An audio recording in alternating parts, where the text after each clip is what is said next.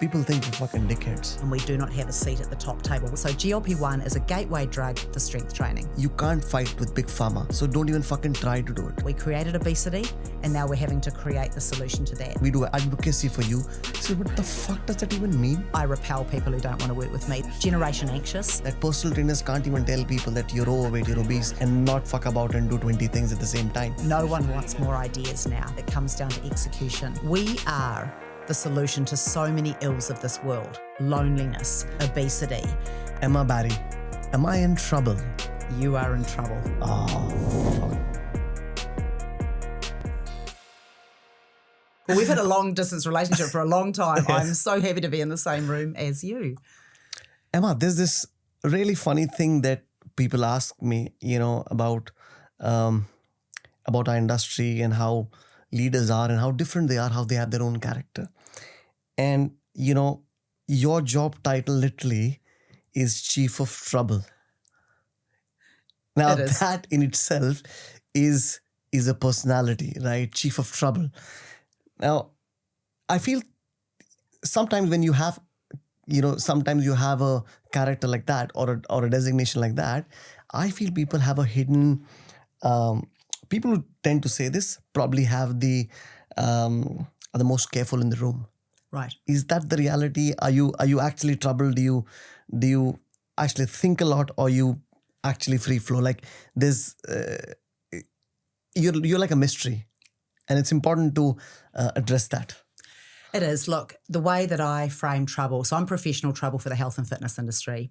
So my job, when I get up every morning, I'm trying to catalyse our industry, whether that's opening up strategic doors, whether that's jumping on innovation teams to kick things along, whether it's bringing different sectors together, asking questions that haven't been asked, giving brutal truth where it needs to be heard, like those sorts of things. It really sits on the bedrock of 30 years in this industry, and I've worked with many fabulous brands, which I'm sure we'll get into. Learned a lot from each of them. And because my first job with Les Mills was to be a global citizen of the world, sharing Body Pump and then the other suite of programs behind that, I literally am a citizen of the world. So I know people. Every time I stop, I know someone, many, many people, and I can see the world in a way that it needs to connect. And I live on this frustration that we're not going fast enough, we're not professional enough, and we're not helping enough people in a world that's really sick, despite the amount of resources and the great people who are passion-led who are out there. So I try to pull those right ingredients together and push it forward. So my natural tendency is to be a little bit rough around the edges. We pushed hard. We come from the go hard or go home culture back in the 90s, the early 2000s, when we were scaling through the world. So there's a part of me that's really impatient because I see the promised land. I see where we're going and where we need to go. And I find it so frustrating when things get locked in bureaucracy or but people are sitting on ceremony. Like there's just things that are in the way of us doing even more good in the pursuit of human health and happiness. So you bring up a very important point. I think a lot of people, especially leadership, I think they want to toe the line. And the reason they want to toe the line is they don't want to try anything new.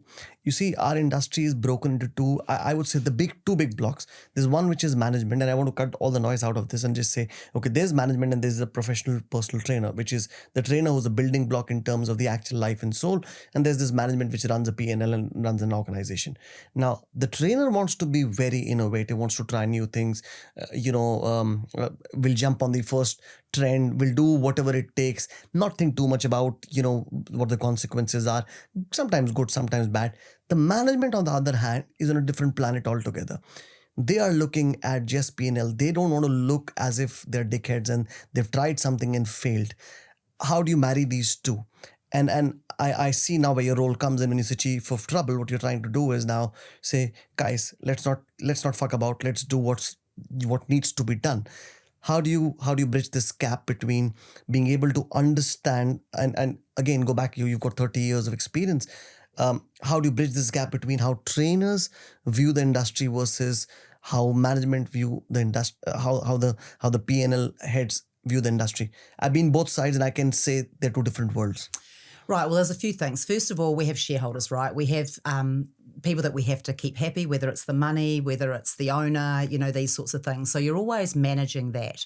And hopefully underneath that, there's a greater why, which is they want to do good in the world. Yes. I mean, and the business has to run at a profit. You have to be, we talk a lot about in the boutique space and this such thing, you've got to have good unit economics. To be a good business that has really good effect in the world, you have to make money, in order to fund new ideas and things like that. So I think, we have stakeholders and that has to be acknowledged. I don't think innovation just comes from the training in the front line. So often your group instructors, often your PTs are the face of your brand. They're the coal face. They're the ones that interact with the members, the people on front desk, if you have a front desk. So I think innovation comes from everywhere. But where we find ourselves now, and the way I think about it, is this is the role of technology. Now, you go to any big business now, they've all got a transformation director, or they've got an innovation team, or they've got something that's realising that, holy shit, we are moving fast now. You can't just do what you always did because tomorrow is coming and there's many, many competitors. And yes, we're in a consolidation environment right now, but we have to be thinking about the future. And so technology has brought that in. And it's messy because everyone's busy updating their tech stacks right now because it's a bit of this and a bit of that. And we've done this, we've got this membership software, then we've got this other cool thing, and then we've got this other thing. So you do need a certain amount of expertise of people who know how to take the business from here to here. Bigger you are, harder it is because you've got a big tail, right? Or if you have a really strong brand and you need to refresh into the future, very hard and very painful. We see this in the club environment. Perhaps, my parents and all of those, that age group, the boomers, then you've got the X's. How do you keep them happy at the same time as usher in this wonderful wellness group of the Gen Zs, the alphas and the betas after that, who are much more wellness oriented, who don't necessarily want to work out with their parents, so you've got all of these things. Then you've got these new brands coming in, which are brand new, and they can start with a blank sheet of paper. And in some ways, that's easier. If you have the funding and the vision and I've got to bring in recovery and I've got to bring in fitness and I'm going to train my people in this way, that can be easier than pulling it through. So to answer the question around innovation, you've first of all got to either see the vision that it's very necessary to move forward, or you've got to be in enough pain, i.e. your competitors are doing really cool shit and you're not. Either way, you've got to get there. So there has to be a belief in new stuff, and then there has to be a process around bringing that through. If you've never innovated, it's very hard to start innovating. It's a whole different process. You've got to try and fail. You've got to take people along for the ride because you can get stopped any part of the way, whether it gets to the CTO, the CFO, the COO, it can get blocked anywhere along the train. So it all comes back to vision. You have to have team, we're going this direction. And that's ultimately what the CEO's job, right? We're going this way, we're going this way, we're going this way. We're now going to try some new stuff and we want you to feel safe in this process. This is how it's going to go. And then once we've made our decisions, we all move forward. Now, I'm simplifying it. There's much more than that. Obviously. But you've got to be willing to fail and try stuff. Get something pretty good, get it to market, and let the market tell you. So these are different business operations in a business typically. And so you'll see, and that's what frustrates me in the world of fitness, is if we move too slowly. Now, the three brands I've worked for, largely in my career, so Les Mills, Equinox, and Basic Fit, very innovative. Even though they live at different parts of the ecosystem, Equinox very luxury, Basic Fit cost in the cost end, and Les Mills being a provider of group fitness, digitally and also live instructors and really training the world is the way that I see Les Mills. So they're all very innovative in their own ways, but there are synergies in how they've done that. Yeah, so. Emma, you mentioned Les Mills now. Yeah. So, Les Mills takes the soul away from the trainer is how I see it, right? Right. I have the highest respect for Philip Mills, what he's done. I've spoken to him a lot of times.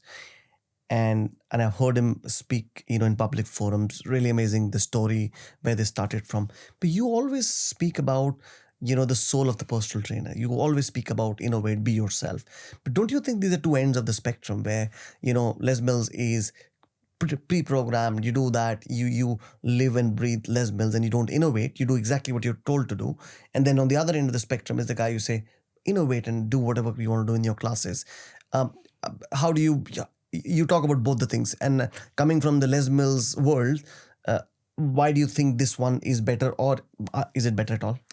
They're not mutually exclusive. So first I would say is I learned from Philip and Les Mills the power of system. If you don't have a system, a container, a way of being, you can't replicate it and you can't advance it. Now, innovation happens within that system. So for example, every one of those programs, and they've got 20-something more than that right now, every one of those programs is painstakingly developed and innovated from within. Now, keeping that story fresh is more of a challenge because people see Body Pump, one Body Pump, 100 and whatever we're up to now. There is a lot of innovation going on in there. Strength has come through. So now there's Body Pump Heavy, for example. So just to say that we're either over here in a system and we're not innovating is wrong. Okay, so it can happen within. The challenge becomes, how do I tell that story? Innovating over here and just doing a whole lot of different shit all the time is the world of freestyle. And that's fine, but you're now relying on you being an amazing trainer. Correct. You can only turn up and do 1 hour. Correct. The moment you get sick or you go somewhere else, there is no system there. And which is the problem with typical independents. Yeah. They become, so you're an independent, about 2,000-3,000 members, and then you've got 2 star trainers and they lose and you're fucked. Or they take your members. And that's a famous business model, particularly in personal training. They love you. You're their therapist, their trainer, all of that. And, I hear trainers joke about it, but the club owners know about it too. They take members they do. because that relationship's there. Not always. Sometimes the facility is so amazing you don't want to leave, or some people do both. The point is you have a relationship. So... And then within the Les Mills thing, you can still be creative. I've just watched they've got something up on YouTube right now, the docuseries around what it takes to be one of the best trainers in the world. And they've taken people from all parts of the world and taken them on stage, because you're talking about multi-million-dollar shoots. Yes. To be on one of those classes is absolutely a dream. It's Hollywood. It's the Hollywood of fitness.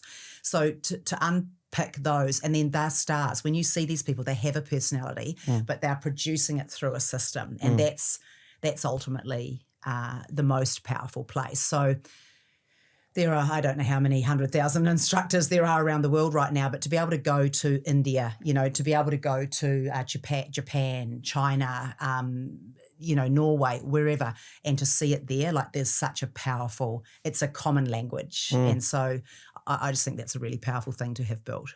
I take a cue from what you just said, and the big shoots. I think Peloton did a really good job of making their trainers larger than life. Instructors, Totally. they became like Phenomenal. celebrities. Phenomenal. But Peloton has had a downfall, and it's almost wiped out, completely wiped out. Right. What do you think is the future of Peloton, and why is obviously, COVID was to be blamed to a large extent, but now where do you see Peloton going? Do you think it'll come back, or? I'm going to put my hat on something. I believe that Peloton is mid-turnaround. I really do believe that you are going to see Peloton come back in a new and improved way. And why would I say that? That their CEO is from Apple. They've just hired my old boss at Equinox, Sarah Robo-Hagan, who's amazing, and she's taking over the content and the membership. So every time, and she's a turnaround CEO herself, so every time she takes on a brand, trust me, Peloton will show up in new and interesting ways. Case in point, they've just announced their partnership with Spotify, which is brilliant if you think about it. We need to take fitness wherever people are. Where are people? They're all listening to music. Where are they? They're on Spotify. So if you have premium, you now have access to Peloton or 1,500 of their classes or whatever that is innovative. That's now not saying I'm a hardware, software solution. That's saying I'm going to be wherever you are and taking our star trainers and our methodology out to the world. Obviously, they have some footprint in clubs. I believe that will go somewhere else. And, of course, they've got the Precor relationship as well, which takes them into many, many more countries. So I predict that they're going to come back in a big way, even though – and COVID, let's talk about COVID. What an artificial environment. We keep going, but COVID, they were – yes, but it was so artificial. Correct. And – if you talk to any investor, they will say hypergrowth is a kiss of death in the same way as fast decline in sales as well, because you have to gear up so fast and hire and get over your skis, and you've got all this. I think at some point they were spending $750 million New Zealand marketing dollars, ad dollars, a year, mind blowing. Wow. But, that ends, and then you've got to fire all the people, pull back, come back to being, profitable. And in those build times, you're not profitable. You're spending everything and more than you have in order to raise awareness. We should be thanking Peloton for the awareness that they gave fitness and wellness around the world, as an industry. One thing I wanted to always ask you, you're like the self-proclaimed Oprah of I didn't our call industry. myself that. Other people did. I'm not that up myself. Other people call me that. How did this term get coined for you? I don't know. I think it was I turn up in a lot of places. I do podcasts. I do shout outs from events. I'm at a lot of events, and I've worked for a lot of brands, and I know a lot of people. So people called me that. They basically said, "Oh my God, half an hour with you is like crazy." I all of a sudden see the world in a different way. So, and I love communication, and I love trying to get the message out there on behalf of the industry. I've always seen it as a massive collaboration. I've always seen, the top end of the market, the bottom end, everyone's serving a person. We've just all got to get way better at doing it before someone bigger than us, an athleisure company, a health company, comes in and with all their professionalism and their database and their money and sort of swallows us whole. That's what drives me. So that's where it's come from. Others, not me. You touched on something very important. Somebody big could come in and swallow everything. Do you think we have a sustainable ecosystem in the fitness industry, from the suppliers to the trainers to the operators and the customers? Do you see us as one ecosystem, or do you see this broken? It's broken. Look, we all, we've got an event coming up tomorrow, and we all get together and we talk about it. But I think the biggest thing that's missing, and I think it's great, at least here in UK Active, we've got Cameron Saunders coming in, who comes from TV, television, media, understands the power of narrative. So I live in the United States.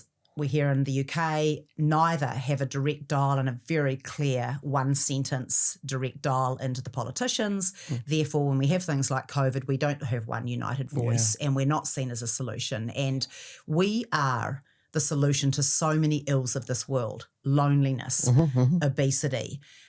How do we make the GLP-1s, the peptide era, the augmentation era? We are the ones that are grounded in community. We are grounded in strength training. We are grounded in human connection, be it with a personal trainer, a group fitness instructor, a gym, a community, whether we're doing Hyrox together. This is where we're meeting people.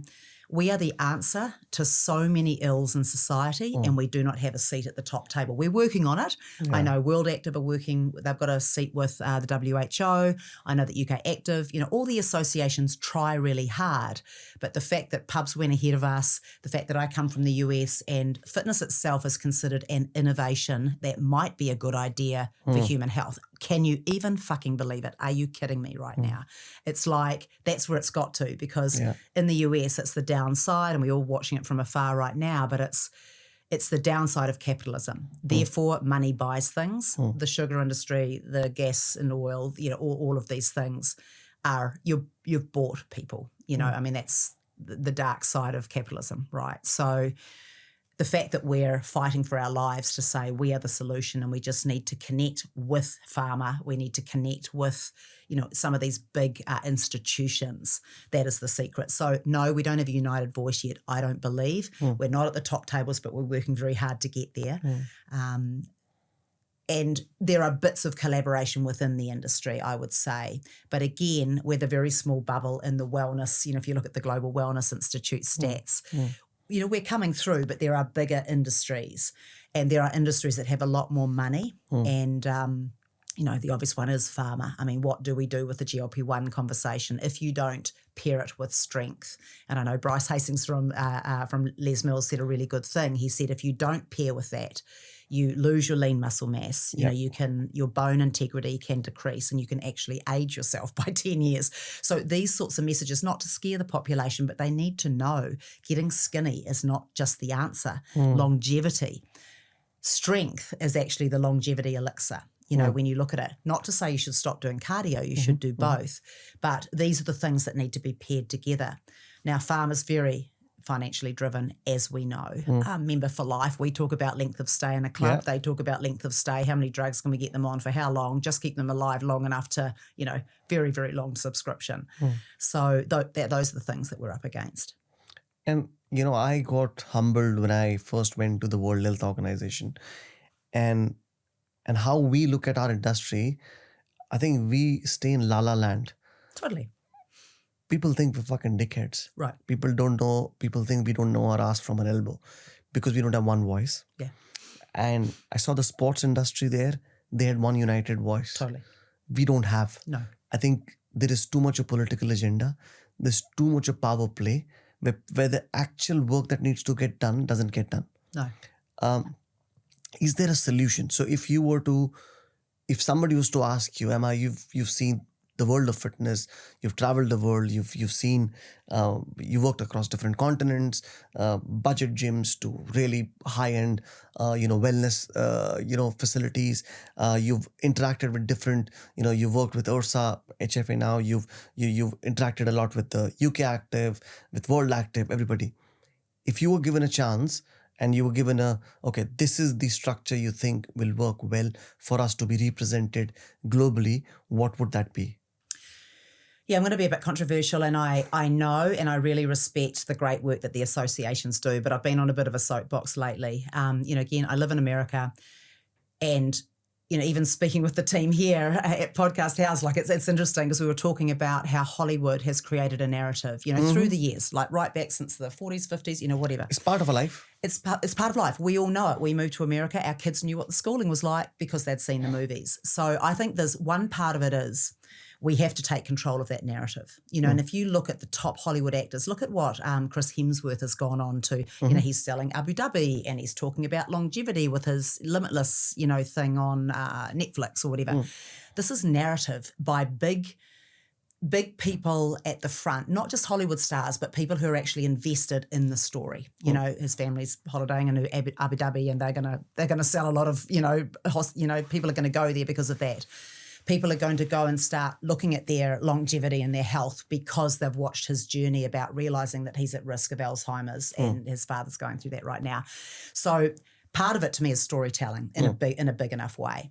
Now, with the association, they do great work. But what I observe in the United States is the brands like, so Chris Hemsworth, also I'd put the Tom Brady's of the world out there. So to me, I think we need a private industry approach to this. So if I could do this, I think we need to engage some of the people who are very, very, and when I say wealthy, they've built great businesses that have massive networks. So my example is, and I don't know him, I'd like to meet him someday, is Michael Rubin. So he's behind Fanatics. So they're basically in the franchising of sports in America. Can you imagine who he knows? He has a white party, 4th of July. Everyone's there. Tom Brady's there. The Kardashians are there. Pop stars are there. Hollywood stars are there. These people are doing business in America and around the world. We need that kind of impetus in our industry. Some people who can say, we are handing the world over to our kids and it is shit, right? Right. They're getting unhealthier. They're tied to their screens. Who knows what they're doing? Education needs a revolution. Food needs a revolution. The way that the fitness industry shows up needs a revolution, but it's got to come almost from private sector in the way that it has to somehow be tied to, and I'm not saying tied to money, but big business thinking. At the moment, we're still running on passion, which is a wonderful thing, and our hearts are in the right place. But we need a big movement. One message, a massive movement with all the stars going, we are not going to hand this world over to our kids as it is now. Here are some of the solutions, and here is the industry that can do it. And we've also got to get more professional. We can't just be running around, just kind of doing stuff. The fitness industry, in my observation, has been quite slow to move to technology, slow to understand. When I look at other industries, we don't move as quickly sometimes. And that's why I always have this fear that we're going to be swallowed by something bigger. That's just what drives me in order to push these conversations. But I think we need to take that approach. If we somehow, and he runs little workshops with, all these famous people, and they sit down and they work out how to make businesses together. I promise you, if we had someone of that caliber and that influence sitting down and going, we need to solve this, because he's got children, for example, all these people generally have children, and I think they're doing a part of it. You've got Serena Williams has launched Row, which is a pill-based GLP-1, for example. That's a business venture for her.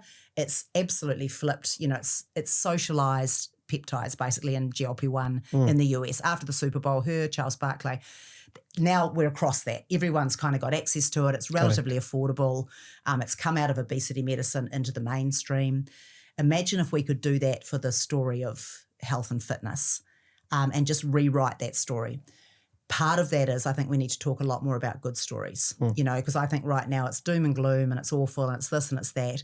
And then there's accessibility. If you are not in the upper middle class and you don't have access to all these lovely longevity things and nice clubs that we're all talking about, you haven't got a shit show. You're working 3 jobs, you're a solo mum, you got shit food, you have no show. You are never getting out of that hell, ever. Yeah. So there's a lot of stuff that needs to happen. City planning. We were recently in Rimini together. Yeah. And I said out publicly, for goodness sake, and 80%, I think roughly, you probably know the stats better than me, but 80% of the Italian market is decentralised. Yeah, it is local. It is not big chains, and I respect big chains. I think we do a lot of, but they're still in a local way. So in India, so is India, completely. Totally. And I'm like, oh my God, please don't lose this, because this is socialised. They're all out riding bikes and running and talking, and yes, there's too much smoking, but they're in communities and they're eating real food that was cooked over there in the farmers market. My kids now are coming back to that. They want to go back to the farmers markets. They want to go back to the slow. They're watercolour painting. They go for morning walks. They go to their Pilates and their matcha. This is very different to my upbringing. So those are some of the thoughts that I have around what would be needed to truly change. I think we need the private sector and some massive influences. Yeah, I mean, one of the questions that was asked to me when I was speaking at Rimini Wellness was around influencers and their role and how do we work with them or compete with them or whatever it is. And my answer to that was we are actually fucking irrelevant. Nobody's asked about these, the actives of the world. I don't want to take one name, but people don't even know what associations do. Independents don't even know. So when you tell them we do advocacy for you, he says, what the fuck does that even mean? Right. Like, what are you doing for me? Right. And we don't have a voice, like you said. And then you want to pull down some of the influencers. I understand a lot of influencers don't have the knowledge, don't have whatever. But if you were to draw a Venn diagram between influencers and people who have true knowledge and find out those gems that exist in the market, those are the people we want to be talking to, because they already are commercially incentivized to do good for the industry. Yes. It's just that so they are craving for this validity from the industry, which they're not getting because there's somebody on the top, there's an idiot sitting there who doesn't want to talk to the influencers because he thinks that, I want to pass on, like you said, let the next generation come in and take charge. I don't think people want to let go of that. And unless that happens, you will not have influencers coming in. If somebody's got 3 million followers or 4 million followers on Instagram and has got great knowledge, and if we back them, like you said, you can do so much good to the world because these guys have access to the screens of phones of millions of people. And that's where the decisions are getting taken, right? People are seeing this. And I would feel really bad if we are not able to do a good job of this. And I think what you said is very important. It has to be commercially driven. I don't understand why being commercial is looked at to be anything negative. If it's commercial, it's fine. Like gyms are commercial. Just because associations are not, it's like saying, doctor's profession is a noble profession, but he needs to be still fucking paid, isn't he? Right? The hospital may be doing charity, but the doctor needs to be paid, right? So somebody has to be funding this. And you have to look at who does it make sense for, right? Rather than trying to reinvent the wheel, figure out who are the people who will benefit from the world being a better place the way we are thinking. Like you spoke about GLP-1 and I was in a podcast with Ollie Patrick some time back. Is going to, Love I think, Ollie. Yeah. Ollie, it's getting released next Friday, by the way. So, and all this started, we were speaking at Elevate last year. Mm-hmm. We were speaking at on the stage, and usually Ollie and I are aligned to everything. And we had a major argument on GLP-1, and I was like, nah, this is not. And then somebody from the audience said, you guys need to do another episode of the podcast. And then I got him over for the second, another episode, and we spoke about it. The problem with, again, GLP-1, like you said, is nobody's embracing the entire ecosystem. What they're doing is you're taking things in penny packets. So, like you mentioned, extremely important point most people don't know about. You could age 10 years more because of, if you don't support it with the right kind of training. But the problem is the personal trainer in our industry and the gym owner in our industry is looking at GLP-1 as their enemy. Right. Secondly, they're not equipped to understand and handle. You can't fight with big pharma. So don't even fucking try to do it, right? GLP-1 is here. It's not going anywhere. People will use it. Humans have a tendency of taking the path of least resistance. That's it. That's a solution. Yes. Now, you build your world around this. Yes. You start talking and educating your people. How much money are we spending in training our talent Yes. to do what needs to be done for them to align themselves to customers who are taking GLP-1? Yep. Nothing. No. There's fucking nothing happening in that Right. front. So Right. that needs to be done. It And, does. and again, going back to what you said, privatization is the only way of doing it. Get this entire thing together. I think we are in a stage where there is so much of volatility in our industry. There's so many moving parts. This will be a completely different industry in the next 5 years. I 100% believe that. And hopefully it'll be a better one. I agree. And look, and in the end, everyone will make money. Like I think, there has to be a commercial output and your heart has to be in the right place. Yeah. GLP-1s, and we moved a lot faster on this in the US because of the Super Bowl moment. Like GLP-1s, it's an old technology. It's been, been used for 20 plus years, right?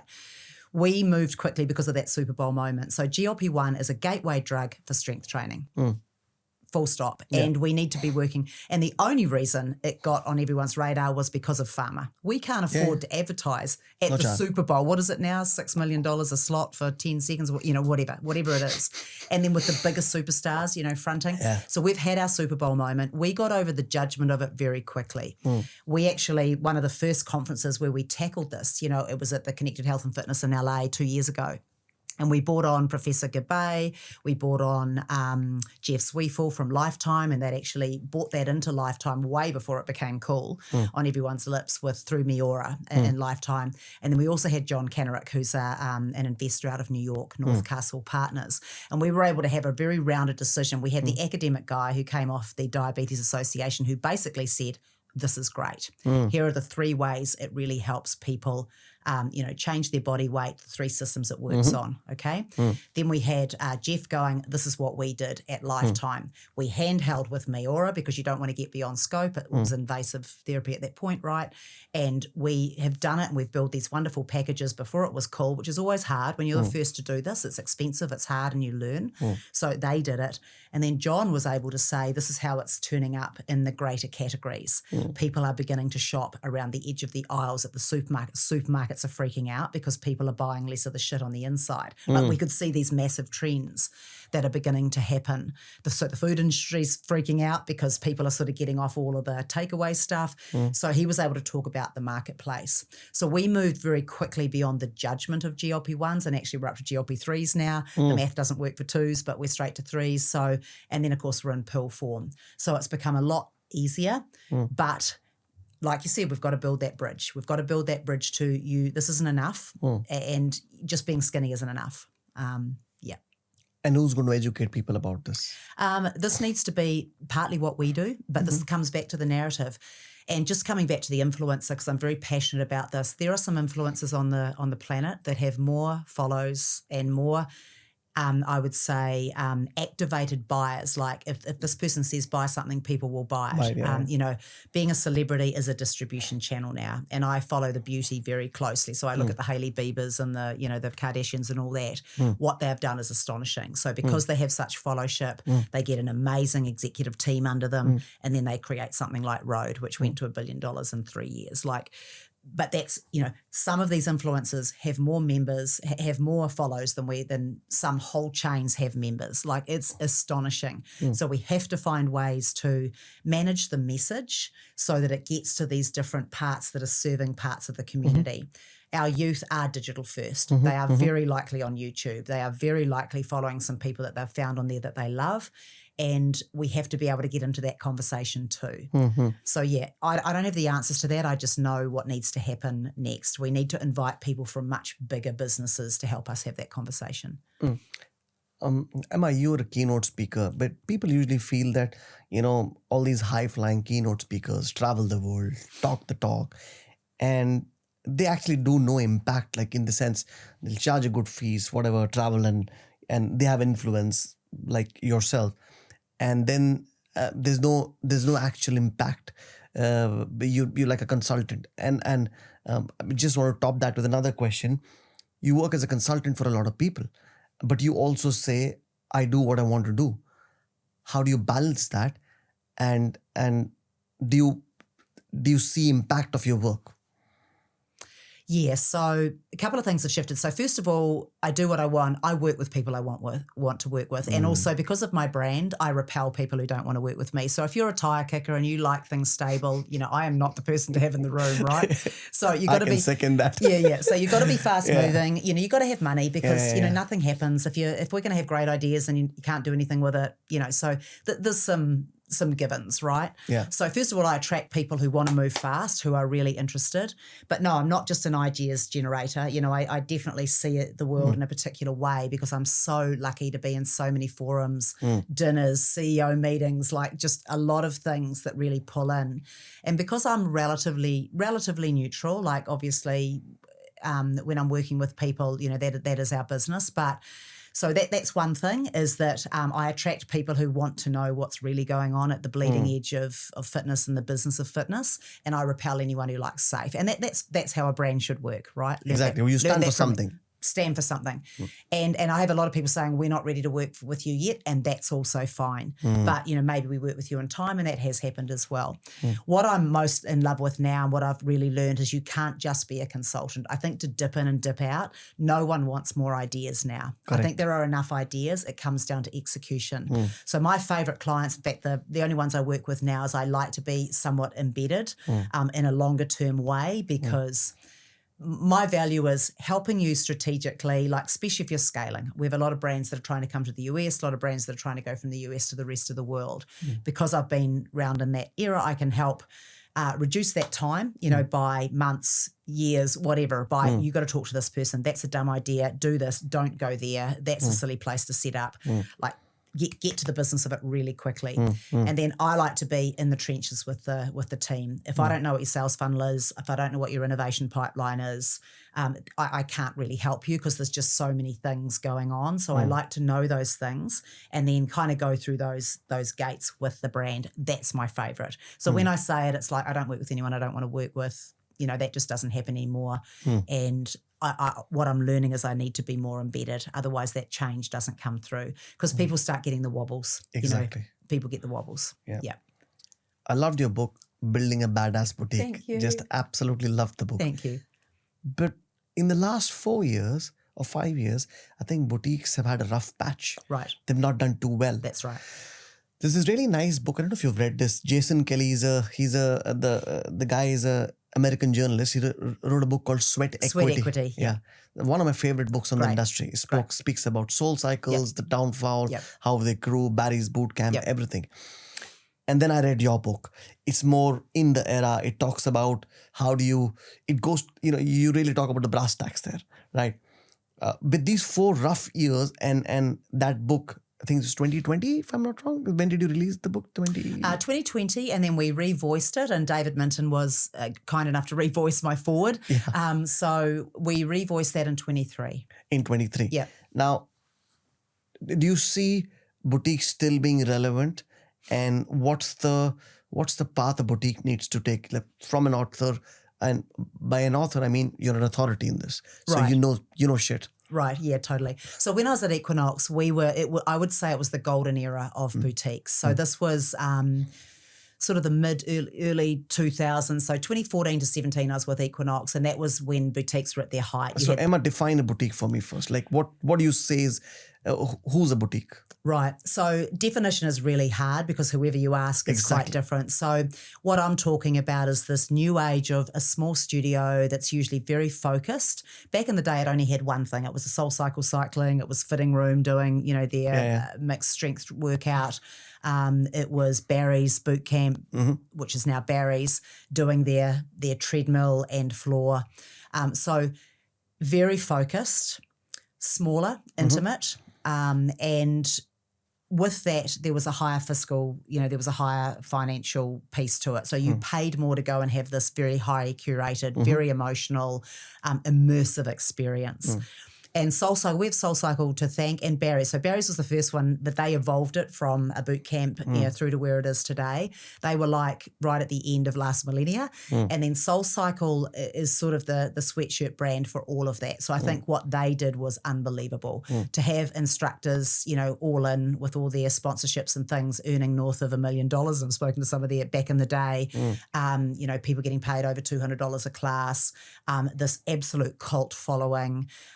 So boutiques gave us the emotional quotient really to group exercise that was missing, and people were prepared to pay for it. So I think they really lifted the awareness of group fitness and the fact that it has a value, because when I've worked in it, and I worked for Philip, and Philip always got the value of group fitness and always invested in it. Most clubs, gyms, brands don't, because it's expensive. You've got these stupid aerobics instructors that are hard to manage. What if they don't turn up? Like, it was always a bit of a pain. Philip always invested in it, and that's why Les Mills to this day, over indexes on unbelievable experiences in their clubs because of that. So it had its heyday. And then, of course, no one until the end of time is going to keep shelling out $42, $30, whatever it was in New York back in the day. And then it sort of moved to more membership model where maybe I come along and I get more of a discounted price. Then we had the aggregators coming in. So ClassPass came in. So then there was this more discounted. Then we sort of went on, more brands started going, this is a great idea. Then it comes down to unit economics. Then it comes down to, how do I run this business where the price is dropping a little bit? I've got more competition, and I've also got an aggregator or a number of aggregators out there now which are driving, they're filling seats, if you own the brand, but they're also discounting the price if you don't have a brand and you're relying on them to build your membership. So there's you've sort of got to look at the levers there. Now, of course, what have the clubs done? They've gone, oh shit, this boutique thing's going well. We better start lifting our game internally or we're going to lose members. And there was a time where, and there still is, some people belong to a gym and they still go to boutique because they like that experience. But that started putting pressure on the boutiques because they didn't have variety, so, and the clubs were doing a better and better job beginning to strip it out, put stages in, put lighting in, start to hire some of these people from boutique and bring it in and do a club within a club concept. So that was happening at the same time. Any great gym operator is going to go, we've got to do a better job. And you look at the Lifetimes, the Equinoxes, the Third Spaces, you go in there and you're having a relatively boutique experience within the club. So that was all happening. And then it just comes down to, like I said before, unit economics. So the good ones will stay. And there's an aggregation of those as well. We've got Exponential, which is struggling right now. They're basically losing all their assets, and they were probably riding on the coattails of Pilates, Club Pilates, which is booming right now. A lot of the other ones would not have been doing well, right? So yeah, I think that's where we're at right now, is the good ones will stay. And then you've got Sequel coming out. So Anthony, guys are in the team. Most of his executives have gone to Sequel. They're building a new longevity piece, but he's evolving it. He's with Gary Brecker in terms of the biohacking longevity space. And then he's also with Anthony Robbins in terms of, he's got quite a big database, right? So we're now in big business. You're in a big business time, and I believe they've centralised their services, so that gives you that efficiencies of scale.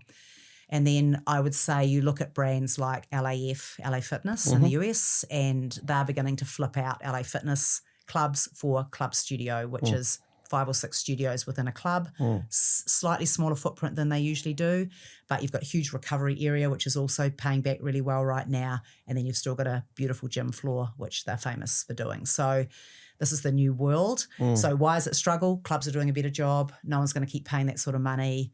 And then you've got, eventually you get to a quality game. Is your product good enough? Right. And And that's why you've got your Barry's, your solid cores. Soul Cycle has had a rough patch, but you were never going to have that golden moment again. The girls created that, and we have them to thank for that, for changing our industry. Do you think boutiques are going to get swallowed by the larger brands? Now, I see it. If I was a Pure Gym or a JD Gym, or if I was LA Fitness, I would pick up someone like a Barry's Bootcamp. Maybe it's the wrong example because Barry's is very big, but somebody who's got like 50, 60, 100 sites, and they've proven that it is boutique, it's really good, that there's value for the product, people are willing to pay for that. What happens to a brand like that when they get into a larger chain and they get acquired, and then they fit into like a shop in shop or a box in box kind of a gym? Right. Well, we already have that example in Fitting Room, right? So Fitting Room was one of the colours in the early 2014s. They were very popular in New York City. The green brand, very amazing. I know the team there. They basically sold into New York Sports Club, right? So there is that example, and you basically get swallowed by a bigger brand, but they were stressed. They were having to close doors because just the competition, all the things I spoke about, the aggregators, all of that stuff, and everyone had to survive COVID, really rough. Huge overheads, huge cost per person. It was very rough to come through that period. So they've already done that, and then you just basically get swallowed up by the brand, and you become one of the things. There's one of two ways. You either need to be successful and, be like a solid core or something like that has very good unit economics. It's got brand. It can work rurally. It can also work in a town, in a big city.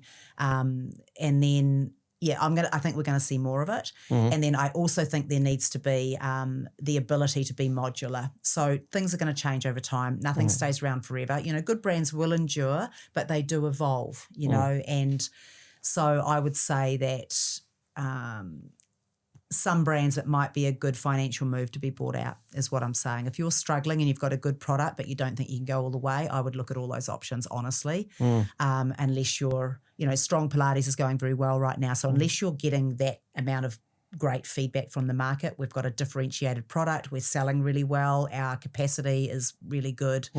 Unless you're in that and we've got good funding and people are believing in this, and they're also writing the gender balance as well. There's a lot of guys doing that as well. So unless you're ticking all those boxes, I would always be open to, because there's nothing worse than a failing business and then having to sell for 10 cents. It's like, yeah. So building a badass boutique, do I see another edition soon? Haven't thought about it. Let me think about it. Because you've spoken a lot of things which I think will... the definition of boutique, and the reason I asked you that question, the definition of boutique, because people completely, like a shop in shop is becoming so popular that people actually look at it, Zone, and say, it's like personal training, you pay more for personal training, don't you? And that there is a reason you pay for, but you're paying, doesn't necessarily have to be personal, you're paying for a different experience. Yes. Right? So a boutique experience within a large big box gym, you would pay more for it. It's like a paid service. Why is it that we are okay to pay for a protein shake and a cafe in a as an additional amount to in a cafe in a gym, because you see that as a different thing. The free water on the fountains is fine, but you pay for this because you think it's different, there's more value to it. Right. You would have gone to a cafe and bought it. Right. A protein cafe, you would have bought it. So you're buying it. Yeah. Similarly, if I have an opportunity of having everything in one place, but still not losing the soul of the boutique, then I think the big box, the boutiques become irrelevant unless they, like you said, if they're really deep pockets, if they're doing extremely well, fair enough. But I think the best is if a concept like this can bolt on to a larger organization, they will do better. And which is where I feel that a third edition of the book is look, it's a tricky way you're positioning it, because I think there's a few things happening in that when you unpack it. So no one wants to have more mixed messaging. So when I talk to the Philip Millses of the world and club operators, they usually like to just have that included in membership, unless it's something so big and so lined up around the corner for like Pilates, that they, in the end, they're like, we're just going to put the membership prices and that's going to be part of the offering just for ease, and because it sits under that brand of, whether it's Les Mills, Third Space, whatever. So, or there's such demand for it, but the demand has to be real and it has to be really socialized from outside. So Pilates, you could get away with that. The other classes, not so much unless they had a big brand, because Pilates is just Pilates and strength and recovery and longevity. These are the buzzwords of now. These are the things that you can cash in on. A shake is a tangible thing that you would have bought at the club next door. So I think that's easy. I don't expect my shakes to be a part of the membership, right? It's a consumable. Yeah. Classes are harder unless there's a huge demand and a waiting list and a big sexy reformer and an amazing instructor. You might get on top. Now it's a different if you're in a low cost. So if you're a pure gym or the gym group, like you expect to pay on and pay a higher tier to get access to more services because you're paying for cheap and then you're choosing what the add-ons are. A little bit like the entertainment. You know, we want to choose what channels we have, right? So I think it's a little bit of that. You know, it's got to be a massive brand to be able to pull that. Some brands have tried to double door so that if you're a member, you get to go and you can come from the outside. Again, it's mixed messaging. And then, what I've observed is that model hasn't really worked yet. Maybe it's yet to come, but that's a tricky thing as well. So what's the best way of doing this? So let's say, hypothetically, I'm a boutique operator. I have 6 sites doing extremely well, but I'm feeling the pressure now. Right. But what should I be doing? Right. So some people are in that situation. They're either getting a part of something like getting picked up by a sequel or whatever the version is in your country. And even then you've got to be careful because you're still, like if you're not sharing services, you're not getting, your costs aren't dropping. So you've really got to look at it. But some people have tried diversifying and now what I'm seeing is that people are going back to what they were really good at. So you've kind of got to, I would have a look at the situation. Look, for a start, I would be doing a lot of data analysis. I'd be looking at ClassPass stats because they will tell you should or shouldn't open a cycle studio here. You should or shouldn't open something around Hyrox here because it's saturated or it's not or there's an opportunity. There's a lot of data out there. LeisureDB is releasing a lot of very, very intimate data around in our region now. I would be going to the Fit Guide and getting advice from. So these are all people who are providing data and information in the world. I wouldn't do a thing without getting all the data I possibly could on what I should be doing, and then I would work with ChatGPT or whatever your AI agent is and brainstorm with it and then cross-check with all the data sets because it might come to you and give you some ideas to just look at. I would also talk to people like Mitch McGinley. He's just launched a book. I can't remember it. I'm so sorry, Mitch. Perhaps we can pop that up in the image. And it's basically how to sell your boutique and all the things you should be focused on. What are the drivers for what's going to get your price? And I think people should never go into business without knowing what their exit is. So I think there's all of those things. I think there's a lot of data points out there. I'd pull them all together and then I would have an informed base to then make my decision. Do I keep going? Do I look to sell? Do I look to amalgamate? Do I look to diversify? Do I look to consolidate? I mean, these are your options. Or do I close the doors, right? Or sell it to staff, like that's often a thing that can happen. One of the things that always keeps me thinking about our industry is how we are moving away from, I think we've lost the plot in terms of, we're not being very complimentary of our industry, are we? Yeah, but our industry is the best industry in the world. We're just going to get out of our own way. Yeah, I think, to be honest, a lot of buzzwords in the market at the moment. Wellness has taken the driver's seat. Yes. Now, what's happening because of that is the core offering of a normal gym. Everybody wants to be wellness, and they can't. They can't be, right? I don't think it's bad to be just a fitness center. Right. Right.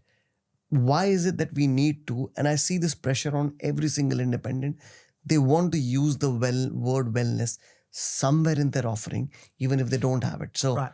I have a sauna, and it's a tick in the box. I've cold, contrast therapy. Yeah. I've got that tick box. Red light therapy, I've got this, and now I've become a wellness center. And what's happening is we're trying. So it's the icing on the cake.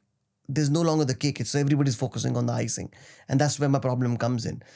Why are we not, like you said, people try to be 4 or 5 things at the same time and then realize, we can't be. Let's just focus on what we are. So to people who are trying to reinvent themselves or want to jump onto the bandwagon of wellness, what are the things that they should be careful about and make sure that they are they are taking care of before they get into that on that journey of being a wellness center over and above a fitness center? Right. So again, it comes down to definition. What is wellness? So I think that has to be defined, for your market. Secondly, do your market want it? If you're a drop-in and I just get strength, that's all I want, and that might be fine, right? I don't need to add all the extras. Maybe people go elsewhere for that. The other thing I'd say about that is we already have a lot of the elements of wellness. Like if we say that wellness is feeling amazing in your life, regardless of life stage, and able to do the things that you want to do, like just as a broad definition, what do we need to do that as a human being? We need the elements of movement. We need the elements of a good, strong mental state. We need socialization and things like that. We already have a lot of those things in a gym. Like, how well are we doing those things? Correct. Like, I still think the journeys within a gym can probably 10% of what they could be, right? Like, if you really thought about it, we're still losing half our members at the 6-month mark or by then.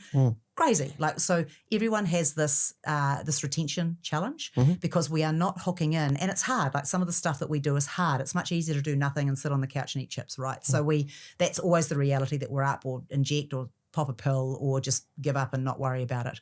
We are already a hub. We already have people coming in generally. Now, they might have their headphones in or whatever.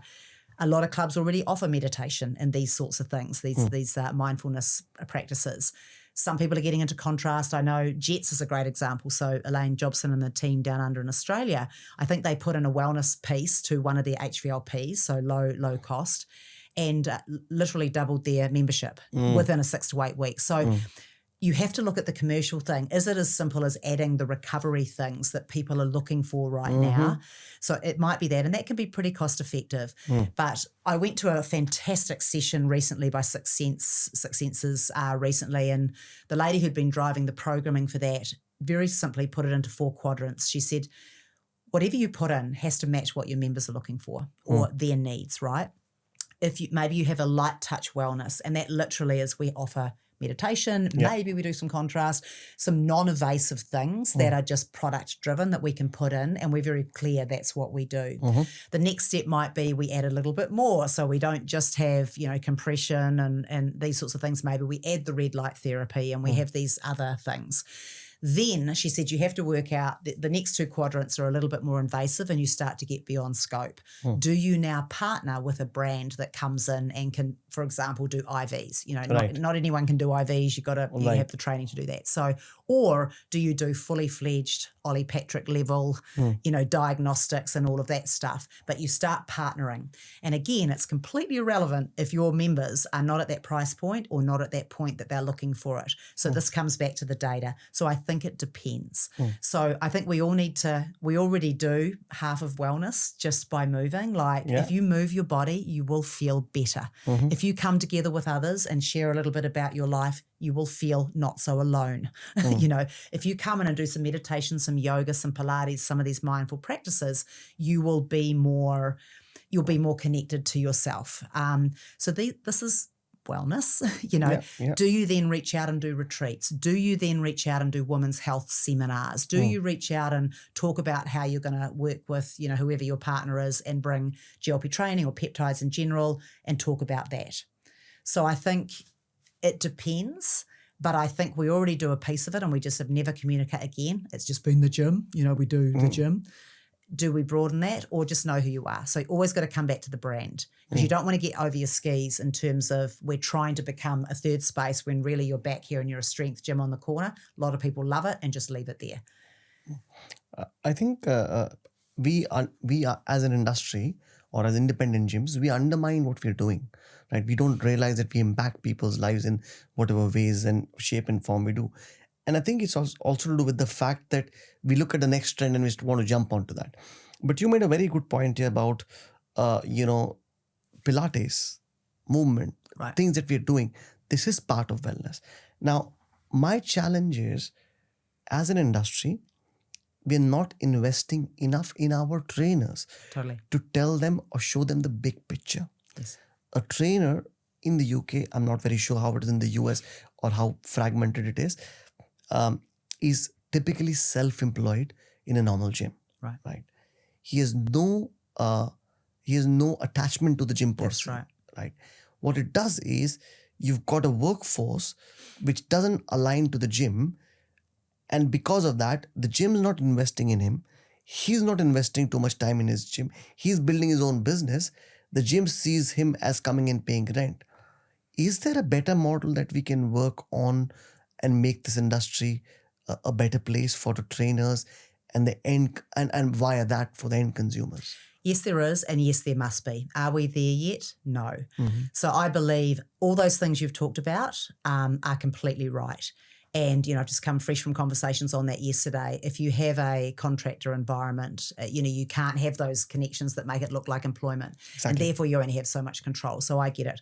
I think we need to honestly blank sheet this and really start again. And I'm working, we talk a lot about this at Cover Me because we've got some big things coming there, but there has got to be a way. We have to solve for the problem. The problem is we all need to be informed, and we need to do a way better job of keeping our customer engaged so that they can become healthier and happier. Like that is the end goal. And we need to engineer back from that. So I think at the moment, you talked about the business and the people, the mechanism is not working. And also the desire for the mechanism. If I'm a personal trainer, if I can't get to financially viable really fast, I'm going to leave and do real estate or some other thing because so they've got a financial, pressure on them. The club has got financial pressures in the sense that they have to keep their costs down, but somewhere in the middle, we are not serving the member. So we're missing the point. So I don't think necessarily our models are working. Technology will solve some of that. And also the way that your club positions, like, if you're at an Equinox or a Third Space, there's a certain amount of training. They run different models, honestly. Like, I think one is employment model and one is you've got to go through tiers. So you are actually trained to a level so that you do actually, you are actually suited for the brand. So yeah, I think there's an opportunity here to do that, and technology is going to be there to solve it because we're now it is the gig economy. I'm choosing what work I do. I might be a personal trainer, but I'm also an actor. I'm also an extra on set. I'm also this is the world that we're moving towards, and I kind of want to be my own boss. So we've now got to find a world where they want to learn this new stuff. Like if I was going to be a personal trainer today, I would be doubling down on women's health, understanding peptides, GLP-1s, and I would work out my skill set and all of that. How can I lecture on this topic? How can I train people like this? How can I bring groups together? How can I work with a chain and say, I will run a 6-week course for you? That's what we need to get to. So beyond just this onesies and twosies and everyone's literally just trying to make money or save cost, we've got to get beyond that. Back to the member. One of the other things, again, just going back to the trainers, a lot of trainers people believe we are an unregulated industry, which we are not, obviously. Right. But for a layman, they don't understand that, the easiest profession to get into is a personal trainer. Right. If you want to do it, the benchmark or the entry barrier is very, very low. Yes.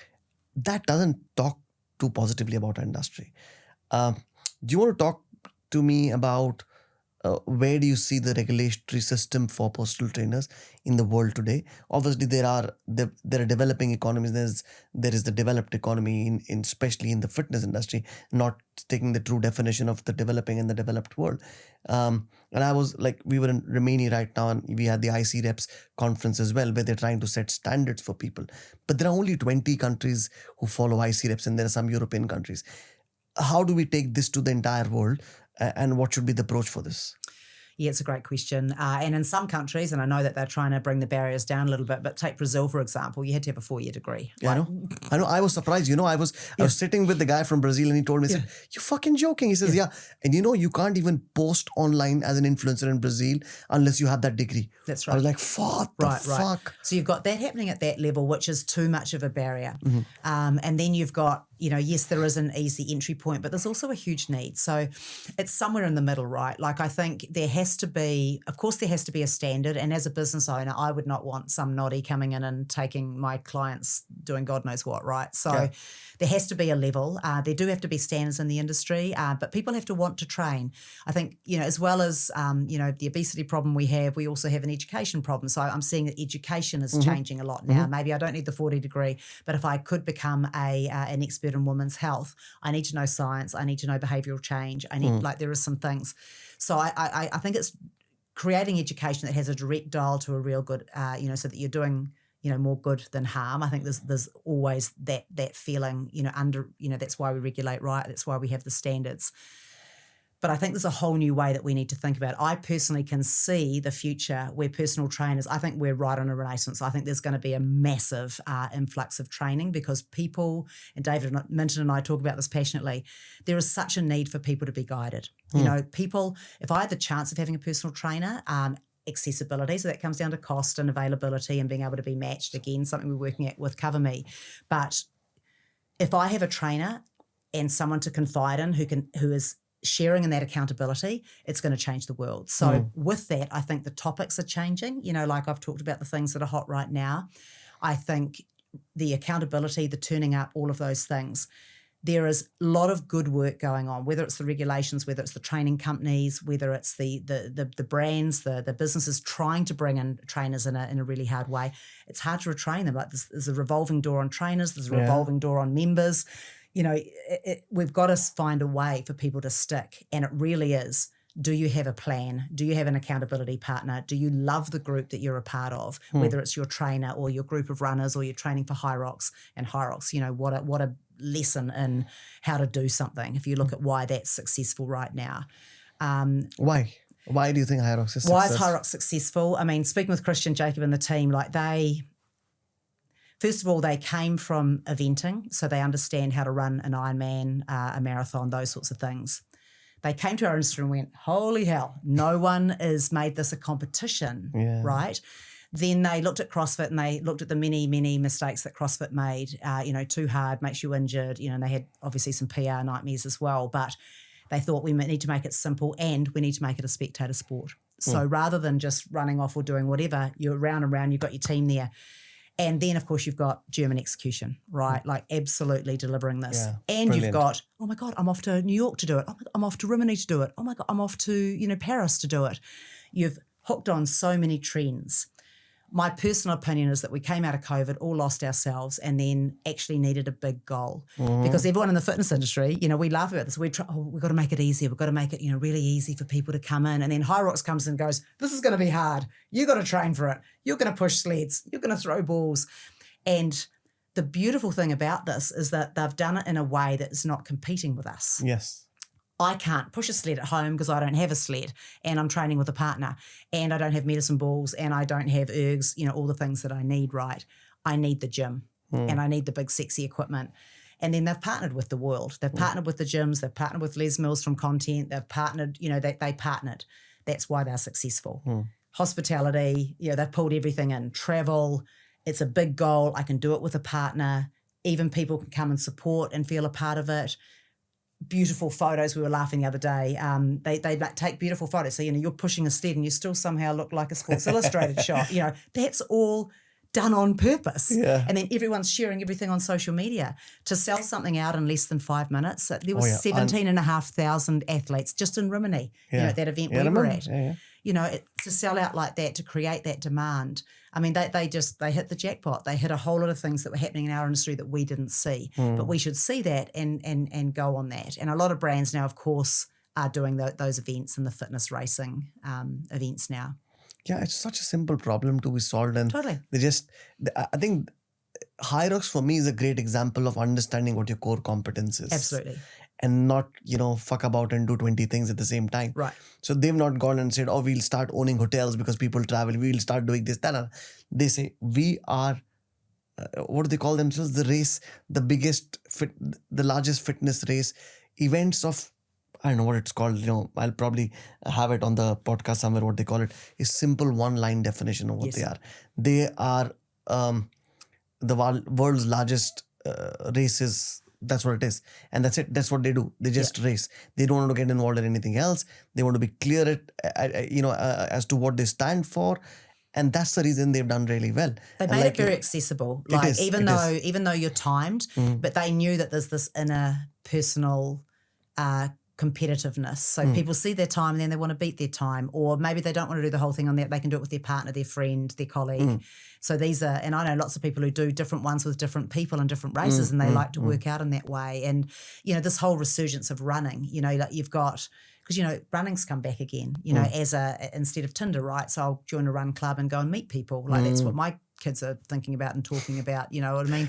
So that's really cool too. And of course, running is a large part of Hyrox, half the race. Couple of controversial questions. Yes.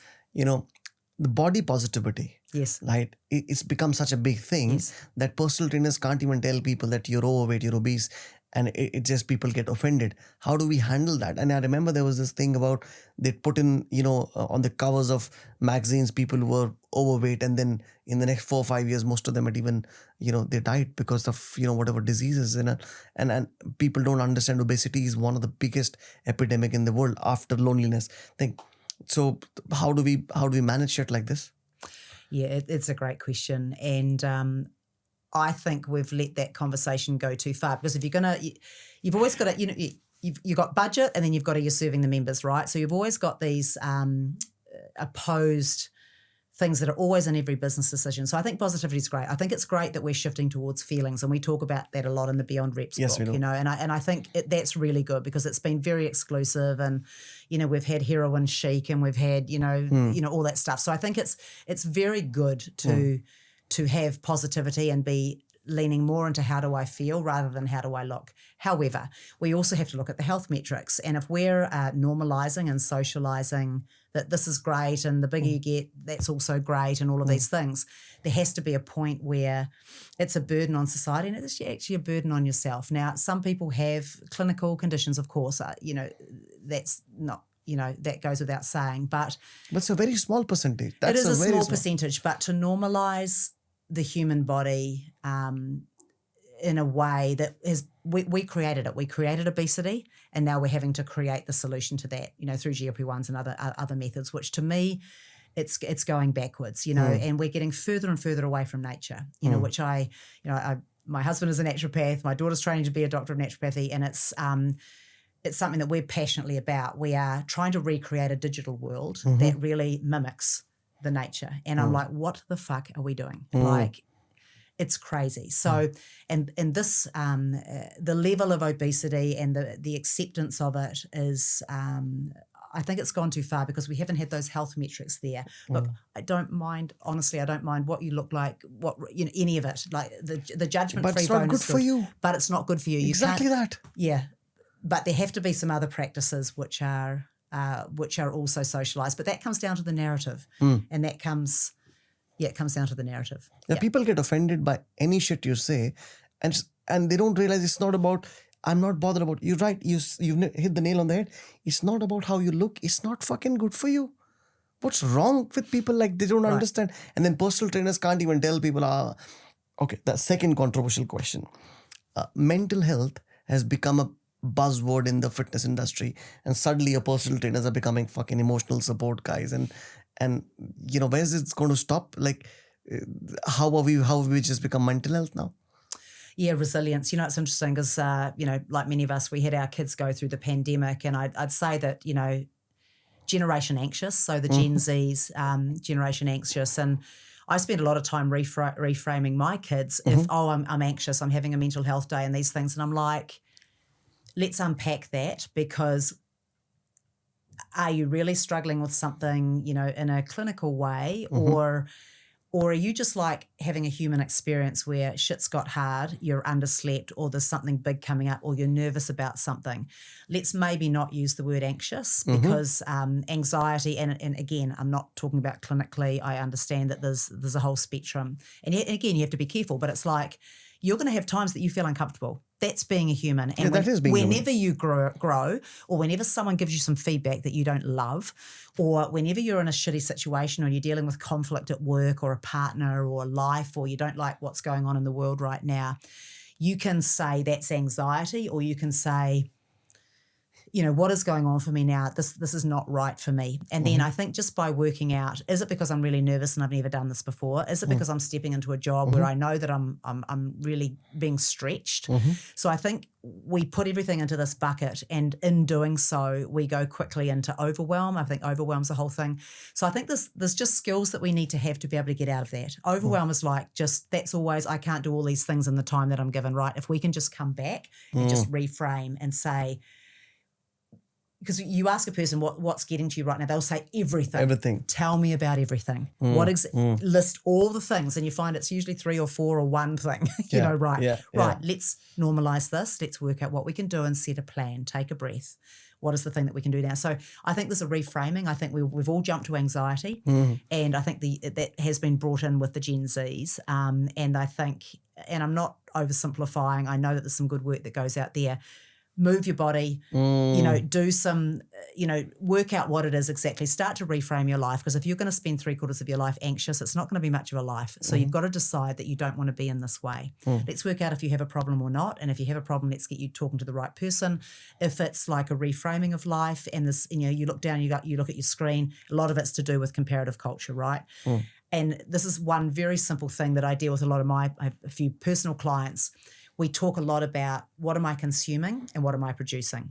If all I'm doing, and we do want you to watch our podcast, but if all you're doing is scrolling social media, being reminded of how ugly and fat and unrich you are, if that's your life, if you're doing more of that shit rather than putting stuff out into the world, helping clients, doing a job, talking to people, serving the community, if that balances out, I think everyone would have a mental health problem. I honestly do, because you're not contributing to the world. I believe we're born to serve in some way, given the gifts we have and the passions we want to ignite, right?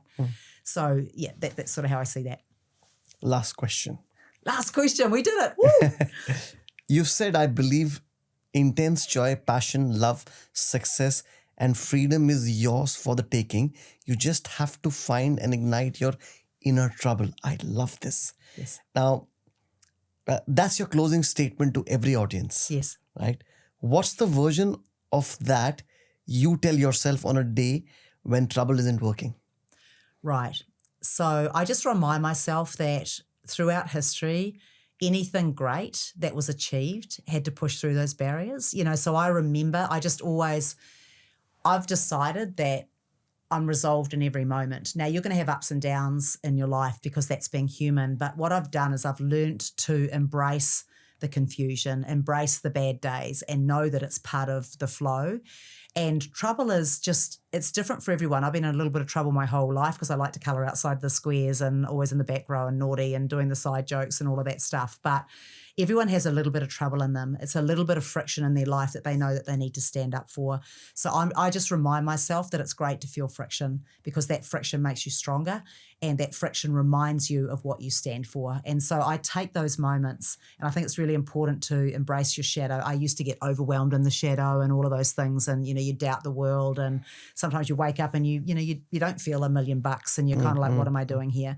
And the world's giving me feedback. But you've also got to know that no situation stays the same. So I embrace the strength that I get, that I know is on the other side of that, and try to be a little bit more holistic in the way that I look at that. So I just embrace everyone to lean into the bits that are really hard, because there's a learning there for you. And if you can take that, you then become stronger, and you're reminded of why you're on this earth, right? Super stuff. Yeah. Thanks, Emma. Really appreciate it. Loved this. Absolutely loved it. Thank you.